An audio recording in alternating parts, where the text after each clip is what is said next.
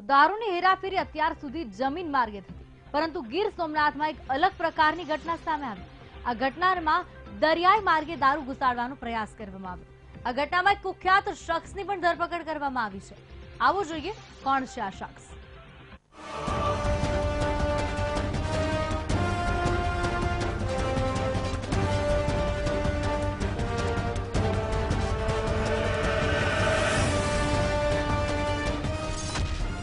દરિયાઈ સુરક્ષાના દાવા પોકળ, ફિશિંગ બોટ સાથે 20 લાખનો દારૂ જપ્ત, એક કુખ્યાત બુટલેગરની ધરપકડ।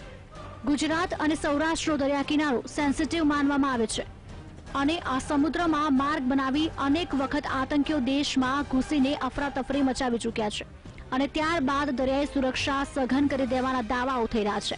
પરંતુ આ દાવાઓ વચ્ચે ગઈકાલે ગીર સોમનાથના વેરાવળના દરિયામાં સુરક્ષા વિભાગની પોલમપોલ સામે આવી છે અને સુરક્ષા સામે અનેક સવાલો ઉઠી રહ્યા છે। ગીર સોમનાથ એલસીબી અને વેરાવળ પોલીસ દ્વારા આજે સંયુક્ત ઓપરેશન હાથ ધરાયું। વહેલી સવારે વેરાવળ બંદરની નલિયા ગોદી વિસ્તારમાં બાતમીના આધારે પોલીસે દરોડા પાડ્યા, કેટલીક ફિશિંગ બોટની અટકાયત કરી।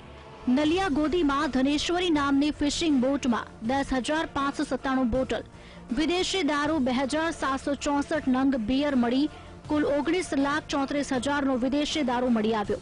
પોલીસે આ ઘટનામાં એક બોટ સહિત 39,34,000નો મુદ્દામાલ ઝડપી પાડ્યો। કોણ છે બુટલેગર? ક્યાંથી આવતો હતો માલ? કોણ હતું વેરાવળમાં ગ્રાહક? ટીવી સ્ક્રીન પર જોવા મળતા આ શખ્સ પર એક નજર કરો। આ શખ્સ દારૂનો વેપારી છે। આમ તો આ શખ્સનો આ જૂનો ધંધો છે।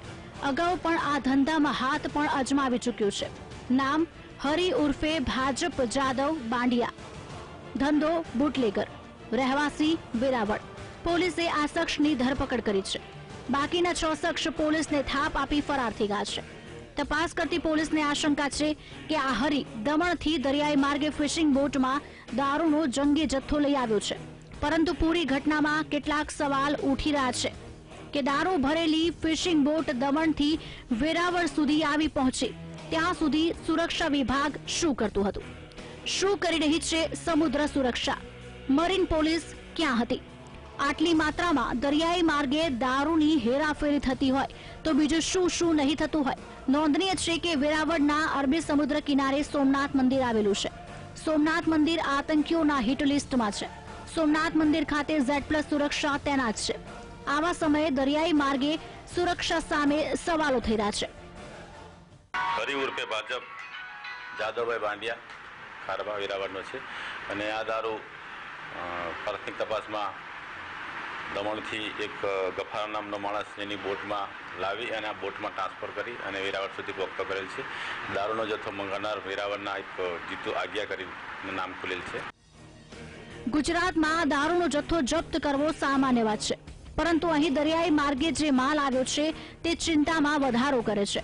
એક બાજુ સરકાર દરિયાઈ સીમાની સુરક્ષાના નામે કરોડો રૂપિયા વાપરે છે, જ્યારે એક બુટલેગર જેવું ઉંબાડિયું એક વિદેશી દારૂ સાથે કિનારે પહોંચી જાય છે તે એક ગંભીર સવાલ છે।